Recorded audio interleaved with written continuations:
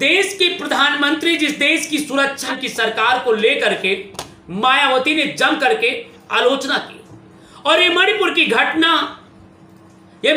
घटना देश की सबसे बड़ी घटना है और यहां तक कि शर्मसार करने वाली घटना है, जिस पर मायावती ने कटाक्ष किया है।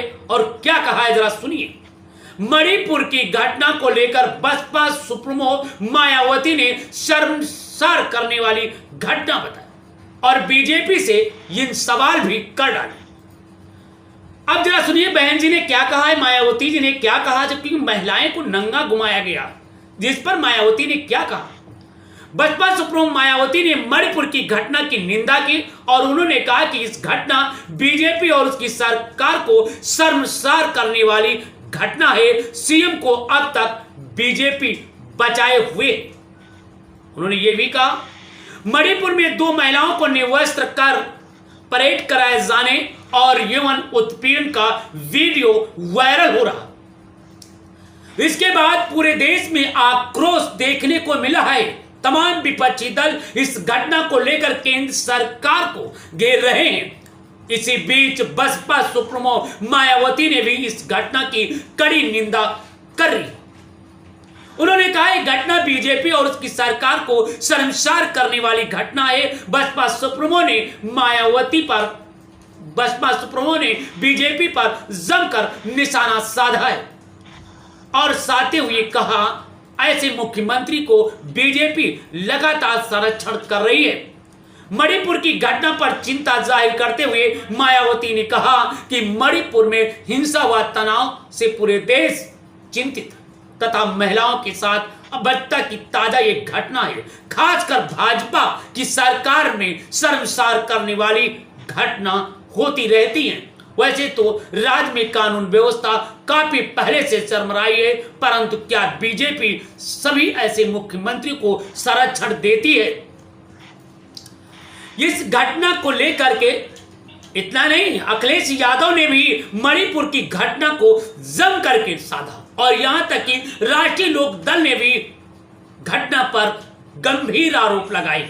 इस घटना पर सपा अध्यक्ष अखिलेश यादव ने और राष्ट्रीय लोक दल के जयंत चौधरी ने भी जम करके निशाना साधा है और कहा है कि बीजेपी सरकार में चीरहरण हो रहा है और धृतराष्ट्र की तरह बैठे हुए बीजेपी के मुख्यमंत्री और उनके नुमाइंदे चुप्पी साधे हुए।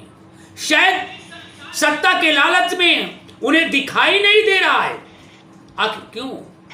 इस तरीके की घटनाएं काफी चिंता का विषय बना। और मैं बताना चाह रहा हूं, उन्होंने सबसे बड़ी घटना की निंदा करते हुए कहा कि इस तरीके का शर्मसार घटना पूरे देश को हिला देती है। यह है बीजेपी का असली चेहरा। क्या बीजेपी 2024 में इसी तरीके से चीरहरण कराती रहेगी? ये जनता पूछती है। और 2024 में अगर वहां के मणिपुर के मुख्यमंत्री ने त्याग पत्र नहीं दिया तो वाह, देश के प्रधानमंत्री जी, आपकी भी कुर्सी जा सकती है। यही जनता जिसका चीरहरण हो रहा है और आप चुप्पी साधे हैं, यही जनता आपको रोड पर ला देगी और आपका चीरहरण नहीं बल्कि आपको कुर्सी से उतार करके फिर जमीन पे बैठा देगी। इसलिए मैं चाहता हूं प्रधानमंत्री जी, अगर देश के सच्चे चौकीदार हैं तो जो बेईमानी कर रहे हैं, जो कानून के साथ खिलवाड़ कर रहे हैं, ऐसे लोगों को तत्काल कुर्सी से हटा दें, उन्हें पदमुक्त कर दें। ये मेरी मांग है और ये देश की जनता की मांग है, ये जनता की अदालत की मांग है, ये नौशाद त्यागी की मांग है, ये धीरेन्द्र सिंह की मांग है और ये अशोक यादव की मांग है। ईडी का डर ना दिखाइए। अशोक यादव ने साफ साफ लिख दिया है कि ईडी का डर नहीं है और ईडी तो मानवर, और उन्होंने कमेंट में लिखा है अशोक यादव ने, क्यों नहीं करा रोक सकते हैं, मानवर ईडी किसी के लिए बनी है। वो तो कह रहे हैं कि आप पर भी ईडी आ सकती है। अशोक जी, मैं जानता हूं अगर इस तरीके के प्रधानमंत्री पर कटाक्ष करोगे, योगी से लेकर के बीजेपी सरकार पर कुछ बोल दोगे तो ईडी नहीं बल्कि बुलडोजर भी घर आ सकता है।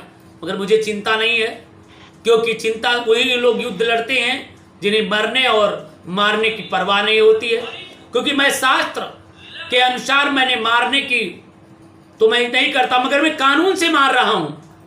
ये कहावत तीर न चलाओ तलवार न तीर न चलाओ न तलवार चलाओ, और जुल्म से लड़ना है तो अखबार चलाओ जुबान चलाओ।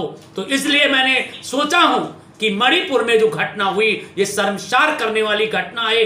मैं आशा ही नहीं करता, विश्वास करता हूं कि ऐसे अंधे भक्त हैं बीजेपी के, वो भी मांग करें कि इस तरीके की घटना देश की घटना है, शर्मसार करने वाली घटना है, और ऐसे प्रधानमंत्री महोदय तत्काल ऐसे घटना पर प्रधानमंत्री तत्काल एक्शन लें, और एक्शन नहीं ले रहे हैं तो ये शर्मसार करें। इसी के साथ मैं सभी साथियों से निवेदन करना चाहूंगा, अपने कमेंट जरूर लिखें, विचार जरूर लिखें, आपको वीडियो कैसी लगी ये भी बताएं, और आपके क्षेत्र में किसी के साथ जुल्म हो रहा है, जाति हो रहा, अन्याय हो रहा, अत्याचार हो रहा, तो कृपया आप हमें भेजें। मैं उसे मीडिया के दायित्व को निर्वाह करते हुए मैं जनता की अदालत में रखूंगा, और ये आपके बीच जनता की अदालत चल रही है, हमारे साथी जुड़े हुए हैं।